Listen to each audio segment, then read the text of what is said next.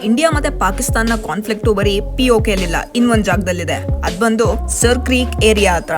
ನಮ್ಗೆ independence ಸಿಕ್ಕಾದ್ಮೇಲೆ land ಮೇಲೆ ಹೆಂಗೆ ಬಾರ್ಡರ್ ಹಾಕಿದ್ರು, ಅದೇ ತರ ವಾಟರ್ ಅಲ್ಲಿ ಮೆರಿಟೈನ್ ಬಾರ್ಡರ್ ಲೈನ್ ಅಂತ ಕ್ರಿಯೇಟ್ ಮಾಡಿದ್ರು. ಆ ಲೈನ್ ಹಾಕಿದ್ರೆ ನಮ್ಮ ರಿಯಲ್ ಇಂಡಿಯಾ ಮ್ಯಾಪ್ ಈ ತರ ಕಾಣುತ್ತೆ.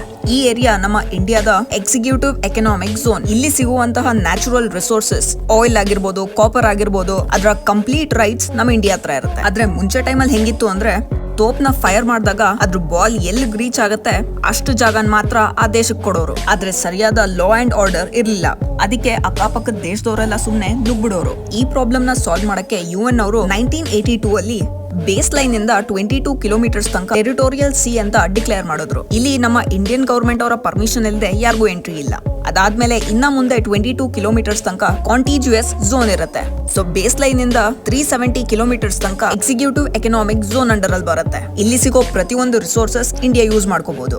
ಆದ್ರೆ ಗುಜರಾತ್ ಇಂದ ಬರ್ತಾರೋ ಈ ಸರ್ಕ್ರೀಕ್ ಸೆಕ್ಷನ್ ಹತ್ರ ಇಂಡಿಯಾ ಪಾಕಿಸ್ತಾನ್ ಕಾನ್ಫ್ಲಿಕ್ಟ್ ನಡೆಯುತ್ತೆ. ಯಾವಾಗ್ಲೂ ಪಾಕಿಸ್ತಾನ ಅವ್ರು ಹೇಳ್ತಾರೆ ಅಲ್ಲಿ ಸಿಗೋ ರಿಸೋರ್ಸಸ್ ನಮ್ದು ಅಂತ, ಈ ಕಡೆ ನಾವು ಬಿಟ್ಕೊಡಲ್ಲ.